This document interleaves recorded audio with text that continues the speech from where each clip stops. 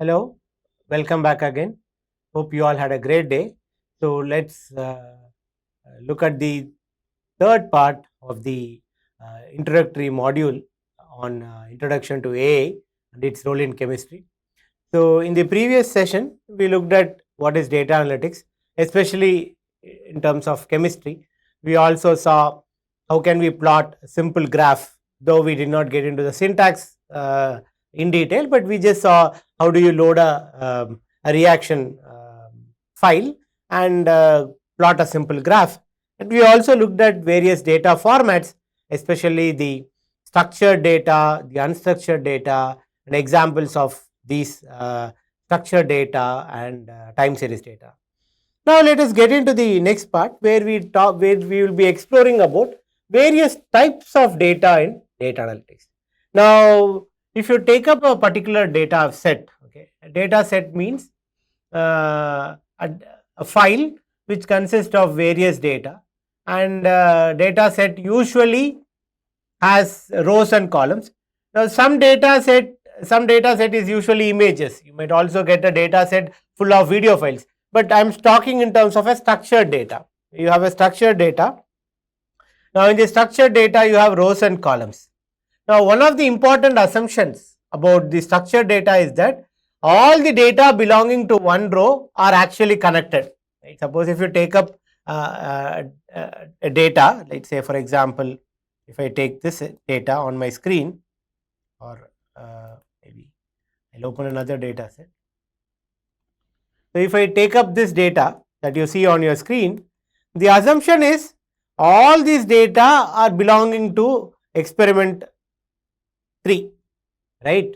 So, that means so each one is a different row, okay, and all the data in a particular row belong to, I mean they're one, okay. So, for EXP experiment 5, the sample count was 9, for its temperature was 299.33 degree Kelvin, and the chemical type was acid, reaction speed was fast. So, all are connected. The values in a particular row are connected. That's a basic assumption with which we proceed, or with which we work and especially with respect to the structured data. Now, when we have lots of data, now each data belongs to a certain type. We call it as data types. Now, understanding this data types is very important, because only when you understand the type of data, you will know what kind of operations you can do on it. Or operations meaning addition is an operation, multiplication is an operation, or not just these, also so many other operations, but I'm just giving you an idea. Only when you know what is the data type, you will know what type of operations you can do it, or what kind of manipulations you can do on that. So, these data types are divided into a few types, and the most common thing, or the first part, is numerical data. Again, this numerical data is also called as quantitative data, meaning there is a number to represent that. For example, how many marks you scored, number, it's a quantitative data. Okay, it's a quantitative data. Or let's say, what is today's temperature, right? 35 degrees centigrade. That means it's a number, you are quantifying, there is a number attached to whatever you are saying, there is a value to that number, okay. That basically is called as a numerical data. So, these data types that represent measurable quantities, okay, and this numerical data itself is again divided into two types. The first part called discrete data, right. Discrete data basically takes specific separate values, meaning number 3, 4, 5, 6, 7, right. I'm not saying 35.3345, some, that is a continuous number, okay. So, discrete number is basically like roll number is a discrete number, okay, or let's say employee number, I mean if it is in numeric format, it's a number, okay. How many pencils you have? 4 pencils, okay. How many people came to the event? 5 people. You cannot say 5.5 people came, right. So, that's It is something that is represented as a whole, right? Or how many experiments did you conduct? Right? You say I conducted 4, the 5th one is in progress, but you cannot say I have conducted 4.5 experiments, right? Or the number of molecules, how many molecules are there in a compound, okay, or how many atoms are there in a particular compound, right? Number of experiments conducted. So all these are called numeric values, but they are discrete values, okay. They take separate specific values. Such type of data is basically called a numeric value, but it is a discrete data. Then you have continuous data, can take any value within a range. For example, what is your height if I ask? If you say my height is 155 centimeters, or let's say 160 centimeters or 190 centimeters, you are only giving an approximate value, you are not giving the exact number, right? Basically you cannot measure your exact height, because the point is, if you say 155.5 centimeters, are you exactly 155.5? Then if I bring in millimeters, then again you will be between some 155 centimeters to 166 centimeters, but there is no scale which can exactly measure that. Though you use a vernier caliper, screw gauge or whatever you use, you are only approximating to 4 decimals or 5 decimals. I can keep on, having that decimal point increase. So there is no what do you call exact number. You can only give a range, right? If you say what is the temperature of a particular reaction, when you say 298.15 Kelvin, it is not the exact 299.15 Kelvin. Basically, approximately it could be 159 or 1500001. So these are called as continuous values. So continuous values are certain values where it is not like 4, 5, 6, right? So for example, somebody is asking what is the mass of a particular chemical element.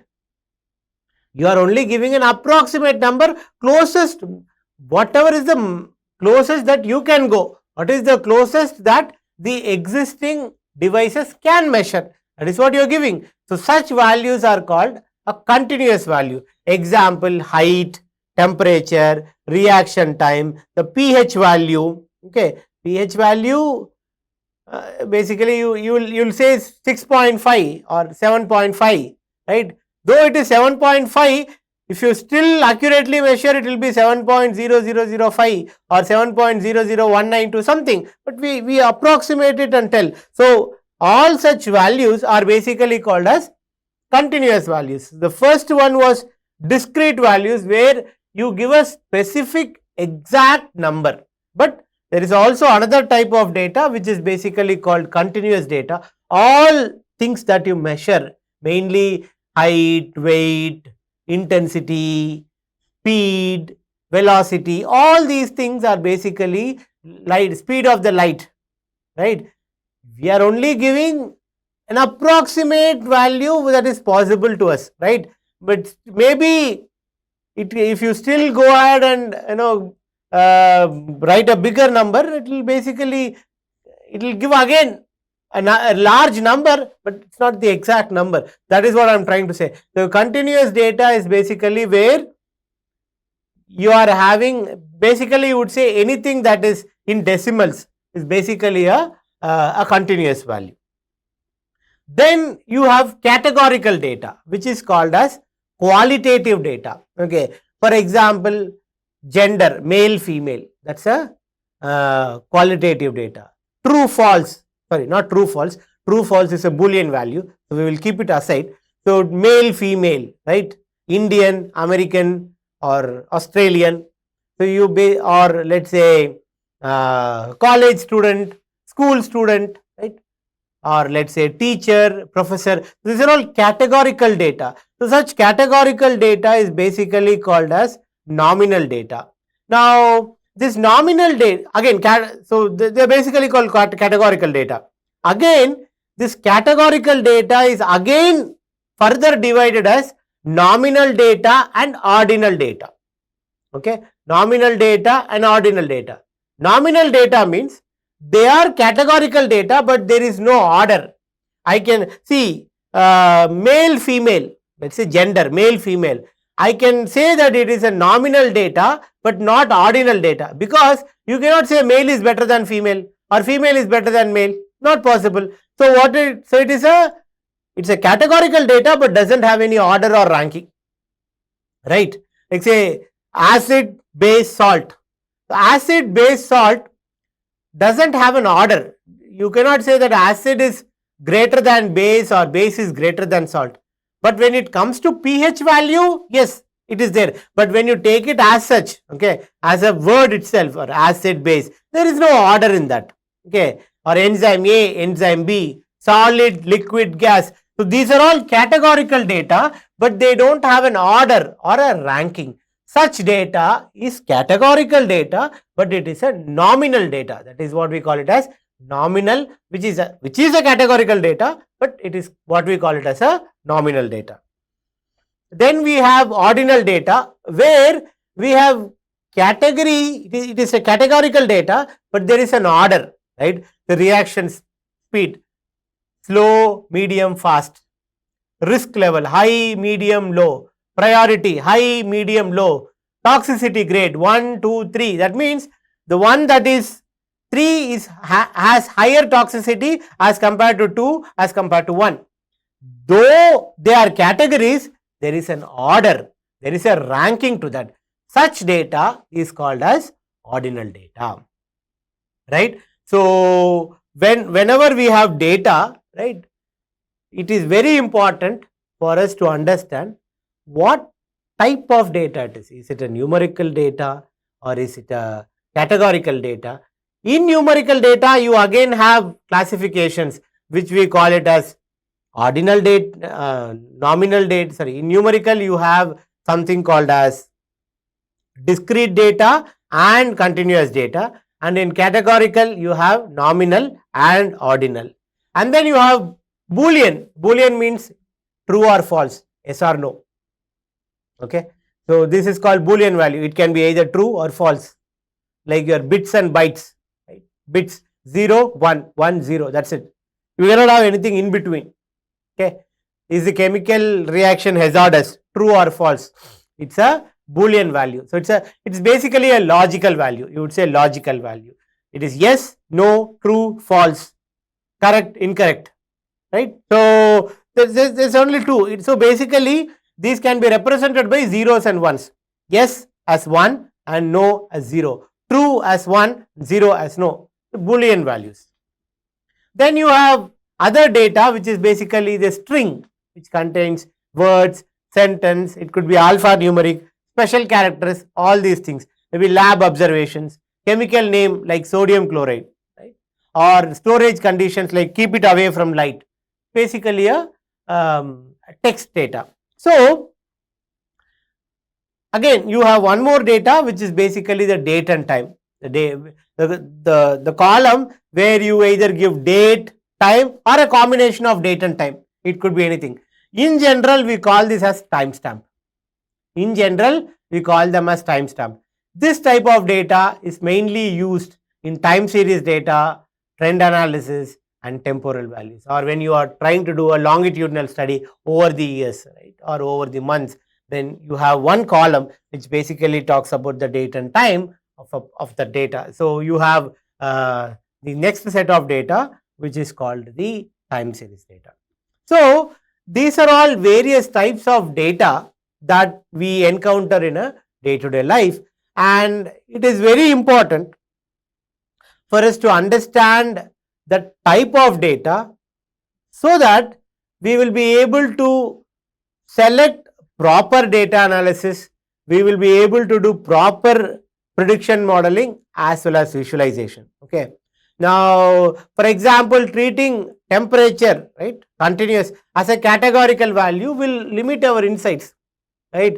All AI models rely on the correct type of data. Right? You need to specify the data type correctly if you want to make predictions. Okay, that's basically a very, very important aspect when it comes to data types. Now, let us try to understand this with some examples. For example, if you look at the data here. Now, here on your screen, maybe when you are watching this video, you can just pause for a moment and try to find out of this what data is categorical, what data is ordinal, what is nominal. Now, if you look at this sample count, okay, maybe pause a video when you are watching it and try to think, okay, sample, what kind of data it is? Yes, it is a numeric data. Numeric data, whether it is continuous data or a discrete data. This is going to be continuous data because you cannot have 4.5 samples. You can have either 5 samples or 10 samples. So, this is a categorical, this is a numerical data, but it is still inside the numerical data, it belongs to discrete. So, here you will see that it is numerical data and it is discrete. Now, similarly, temperature. Now, temperature, you, as you said, it is a continuous value, right? So, it is numerical data for sure, but it is a continuous data.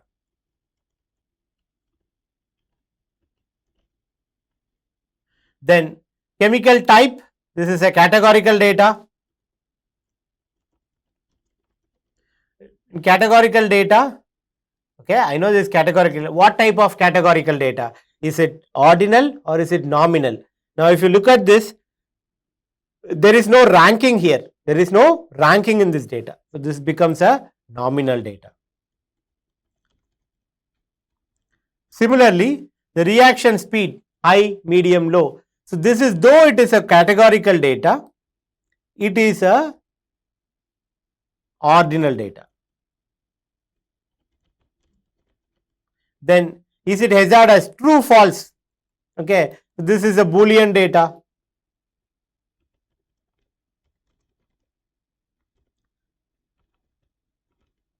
Then here you have observations, basically some text is there, so it is text, and these two are, this is date, this is time. Together we can call them as, or let's say date, time, and we would call them as date, time.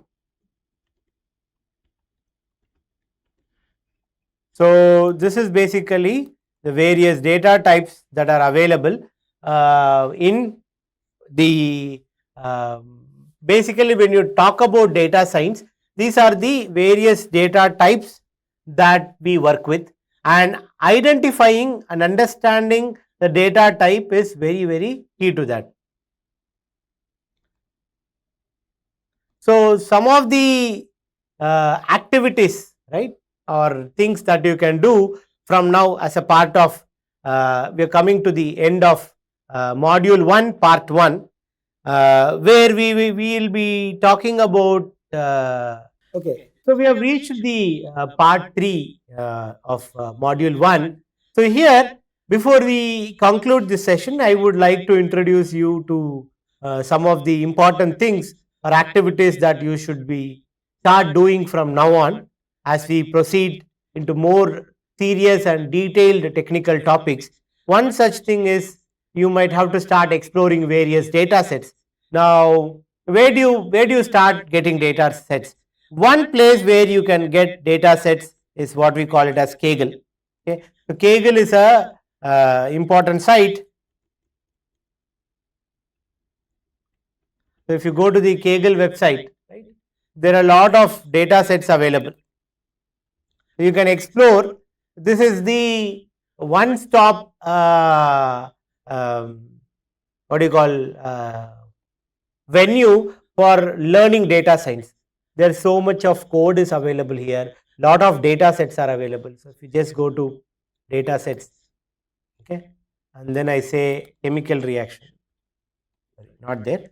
The data sets here, I say chemicals. I mean, don't restrict yourselves to chemistry alone. You're just learning. But if you want to, you can see chemicals in cosmetics, amino acids, physical and chemical properties. With that you will get a lot of data. Okay, so all you have to do is spend some time and start exploring it. So once you, so right now you don't have to write even code. Just go to the data. Right? Just go there. You will have the data. You can just download the data from here. You will get the data.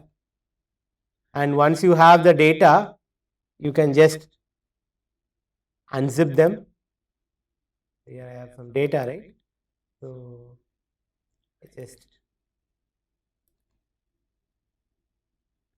I have amino acids.csv. So I've got a file. Then you can understand, okay, there is a name, abbreviation, letter, molecular weight. Molecular weight is continuous data, right? And then you have molecular formula, again string, residue formula, again string, right? Then you have the residual weight, which is a continuous data, right? Again, carbon, number of carbon atoms, 3, all these are numerical data. So once you start, so idea is get yourselves equipped by looking at various types of data. Once you start looking at various types of data, you will understand, okay, what are all the various formats in which I will get data. For example, if you see this particular data, there is no data here. There is some missing data. Okay, what should I do if there is a missing data? Now in this column, if you look at it, there are a lot of places there is a missing data. What should I do if there is a missing data? What should I actually do with this data, first of all? So all these kind of questions you will be able to explore and get yourself once you start getting yourself accustomed to data. So your first thing, don't even think about writing code or trying to do data analytics. First, start looking for various data. For the sake of this class, I have used a chemistry data set, but you can look at several types of data, right? It could be a weather data, historical data of weather, or maybe the flight's arrival data, or the stock price prediction data, right? Or maybe cricket data, anything, I mean IPL data. There are lots of data that is available. So start going through Kaggle and start exploring various types of data. You will basically understand what are all the various types of data is there. Okay, you will see some places they would have given image data, sometimes they would have given text data. There's so much of things that will come in. So trying to explore and get yourselves accustomed to this is the first key thing that I would recommend you to do that. The next one is basically get yourself hands-on with Colab. Now, for the sake of this class, right, we will write Python code, and this Python code we will write, one is in Colab notebook, or you can write the Python code on your own local machine. Why do you have two options? Because Colab is basically where you experiment, right? And I mean, it's basically like a playground for you. Right? You experiment, you find solutions, right? All these things, or maybe very good for learning. I mean, even good for doing projects also, but basically it is very good for learning. You playing, but finally at the end of the day, you will have to run this code in a particular machine. You will have to run the code on a server or maybe on your machine, right? So that you can basically make a product out of it. Using Colab, you cannot make a product. It is basically, it will help you to do research, it will help you to do analysis only for yourself. But if you want to make a product, if you want to make an application, then you have to write the code on your local machine. Now for that we will see, I will be explaining you how to install something called as Anaconda. Anaconda is a software which is used for, it's a package I would say, or a wrapper on top of Python which you install on locally, and then it helps as a package manager to manage your Python code on your local machines. And I'll show you how do you install Python, how do you configure Python, and how do you run the code locally on your machine. That is one part. The another part is equipping yourself with how to use Google Colab. So to start with, you will simply go to any browser. You could go to Chrome or whatever browser you want and just type Colab. This is the URL, okay, or you can simply type in the URL Google Colab, or maybe I will show you from the beginning to make sure that you are doing it right from the beginning. I am just doing it. So Google Colab, okay, you search, you will get this link, okay, you will get this link, welcome to Google Colaboratory. Just click on this, and once you go, it will ask you to log in. You will have to log in using your Google username and password. Your Gmail username and password is enough. It is free. Though there are pro versions for doing advanced research, okay, but for doing basic learning to an extent, maximum things can be done with the free version itself. So what I am doing is I am just going to sign in. I'll have to log into my Google account. The moment I log into my Google account, I will see something like this. I'll see something like this. I have already logged in. I've logged in, so I'm able to see the screen. The moment I log in, this might be the first welcome screen, and here you can just help yourself get used to all the menus and stuff like that. But most importantly, if you want to write code here, you will say new notebook in Drive.